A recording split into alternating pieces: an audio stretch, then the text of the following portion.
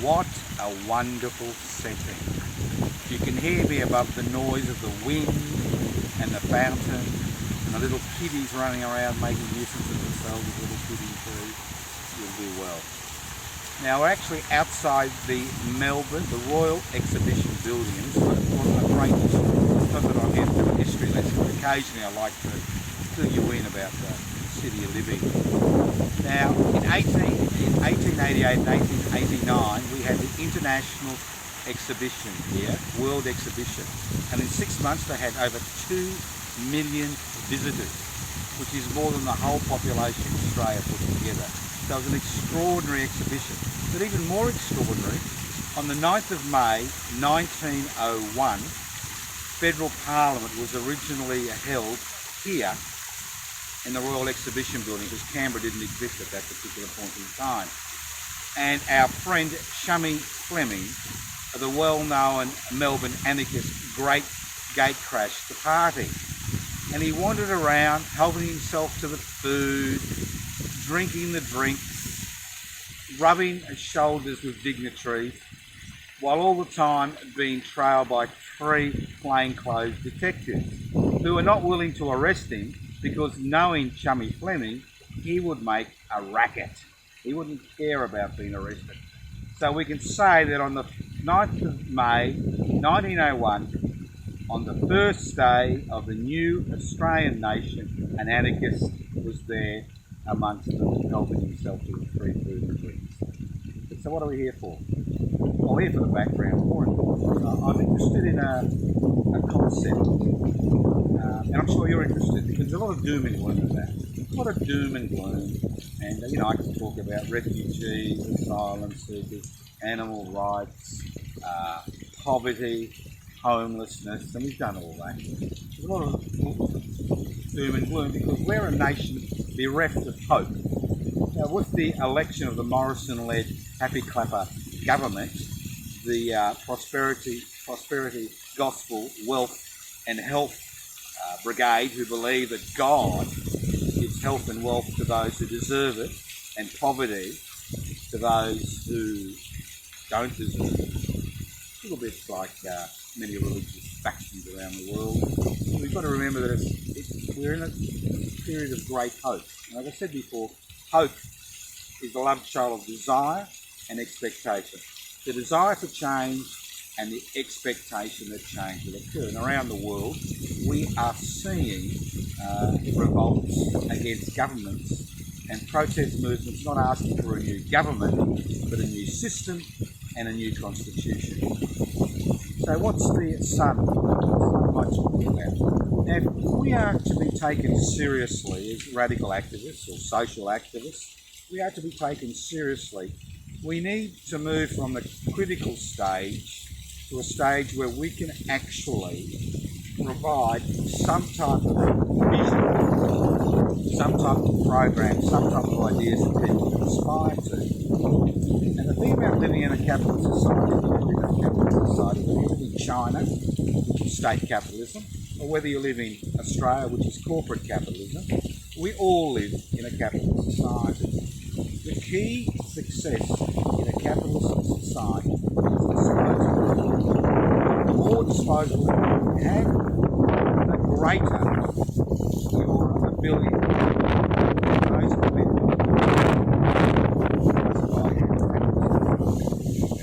Money may not buy happiness, but it does buy you experiences and nice bedrooms and nice holidays and nice clothes and nice gadgets. That's what money buys you. And if you've got no money, you see what happens to you. You're homeless on the street with a little hat out in front of you, and people, jumping across you and ignoring you and spitting at you and all this kind of stuff. Money does mean something in a capitalist society.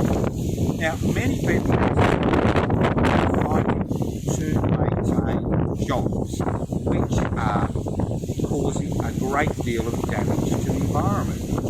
And the result of the last election highlights that unless we have a vision for people who are disenfranchised and who will continue to be disenfranchised and pushed out of the ability, to make an income, that we're not going to get anywhere. So where does that vision lie? I think the first thing we need to understand is the class system has changed. We are not in the 19th century, we are not in the 18th century, we are not in the 20th century, we're in the 21st century. And we don't live in Afghanistan or Bangladesh, we live in Australia, which is supposedly a representative parliamentary democracy. Now, we have a lot of liberties in compared to many other people, but our liberties are not enshrined in the Constitution. There's something that the government gives and takes away. And what we've seen with the election of more and more conservative reactionary governments who are implementing deregulation, privatisation, corporatisation, globalisation, economic framework in this country, that more and more people are being left behind. And the idea of class has changed dramatically. We still have the 1%, the means of production, distribution, exchange and communication. And they have enriched themselves during the last 4 decades during this period. But we've got a new class, a new ruling class. And the beauty about this new ruling class, it's not based on what sides of the sheet you were born on. It's not based on the type of work you do. It's based on the amount of disposable income you have. And about 8% of Australians have done very well during the last 4 decades.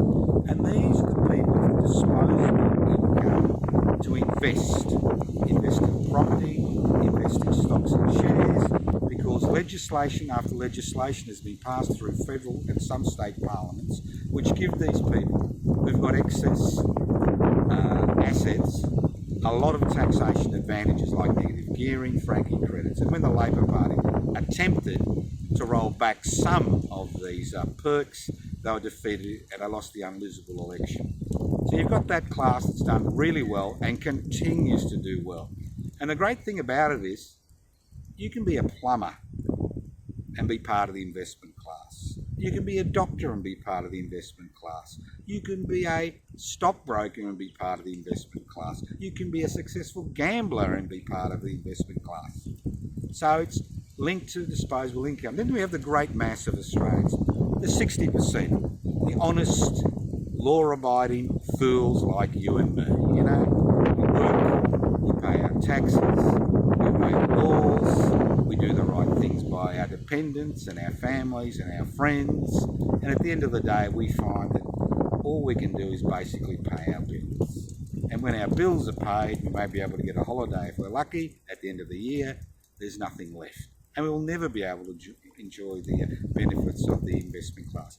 And these 60% of workers include contract workers, bodgy contract workers, wage earners, part-time, full-time, and the list goes on and on. And obviously there's a great difference in income by people at the top of this pyramid and the bottom of the pyramid.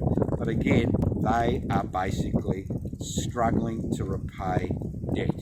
And the way they've been able to survive is through debt, which has been pushed on them by the financial sector. And then we've got the 1/3 of Australians we always talk about. We talk about in a positive framework, social security beneficiaries, the current federal government and the mass media, including the government-gelded ABC, the corporate-owned media and the government-gelded ABC, talk about welfare recipients, people on the margins, people who receive welfare, people who are doled out support, who have somehow some contract they've entered to with the taxpayer. You know, 60% of Australians who basically pay tax. And so we find that this particular group has been going backwards at a rate of knots.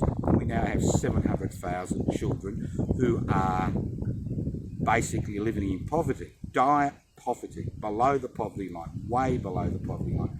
So how do we, and what we are seeing over the last few years, and Mr. Morrison, Happy Clapper Morrison, you know, the prosperity gospel guru, has been, sorry for mixing my religious metaphors there, but Happy Gospel Guru has been pushing this thing that people like you and me, we're the enemy.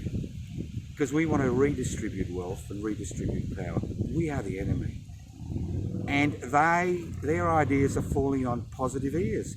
And you've got hundreds of thousands of people on disability support pensions, New Start allowances, old age pensions, voting for them. Then you've got the 60% of the working Australians who are so concerned about their jobs because not having a disposable income in a capitalist society means that you will join that 30% you've been making fun of over the barbecues over the last few years. You know, all those welfare bludgers, not the corporate bludgers who don't pay tax legally, but the welfare bludgers. You're going to be one of them. So when some greenie says to you that we need to cut down the mining industry, and 1 in 7 people in Queensland rely on the mining industry, and we need to shut down the coal industry, you can imagine the consternation that occurs among people who are up to their neck in debt. So unless you and me can actually offer an alternative, don't expect the status quo to change. So what is the alternative based on? It's based on a very simple concept. It's not about blood in the street. It's about actually dismembered bodies, piled high in the middle of the street. It's a very simple concept. It's about a universal basic income. What is a universal basic income? It's nothing new. The Romans used it to keep the plebeians in line by offering them bread and circus. It's a very simple concept. It means that every Australian over the age of 18 and every dependent would receive a universal basic income on a monthly basis or a fortnightly basis from the government. This universal basic income will be set at such a level that it will allow people to live comfortably, and if they wanted not to work, then they wouldn't have to work. Now, if they decided that they wanted to work, and many people want to earn a little bit extra, the more you earn, the more you pay back in taxation of this universal basic income. So say if you earn 4 times more than the universal basic income, that basic income comes back to the tax department, which is then redistributed. And everybody says, oh, that's a big safety net. Money we'd save there. You wouldn't need a social security pub because everybody automatically gets their 2 weeks' wages every week. Doesn't matter if they're good or bad, happy clappers or not, religious or atheist, gay or straight, bad or good, the money goes into the account. It is your right as a citizen or a resident of this country. But how do you fund it? It's very easy. Human beings can do anything. We can destroy the planet, we can recreate the planet. We can make life good for everybody, we can make life miserable for most people in society. We can increase anxiety, we can decrease anxiety. So how do you fund it? You fund it through the taxation system. A 1% stock market turnover tax. If people are getting a free ride by getting franking credits for owning stocks and shares, why shouldn't they pay 1% every time they sell or buy a share? You can raise $30 billion. Australia, the total budget of Australia is, I think, less than $40 billion. Then you could do a 1% turnover tax. What that means is if you belong to a company, you own a company, or there's a company that has a turnover of, say, $5 million a year, every dollar you get of income, ka-ching, 1% tax, ka-ching, ka-ching, ka-ching. Everything is automatic. If they've got the resources to have a central facial recognition technology for every Australian in this country, they've got the technology at the point of sale to remove a 1% tax automatically. You could raise $100 billion a year from a 1% turnover tax. You could then introduce a GST. Now, GST, you pay GST, we all pay GST. The poorer you are, the higher the percentage of your income goes in GST. Now, corporations and companies can claim the GST they have paid as to be tax exempt at the end of the day. So when they lodge their tax, say if they've paid $500,000 in GST, they can claim that $500,000 back. Now, why shouldn't large corporations not be able to claim the GST they've paid, like a pensioner who pays GST on an electricity bill or a gas bill? Why shouldn't they be in the same position? Again, you could claw back another $20 to $30 billion. Ka-ching.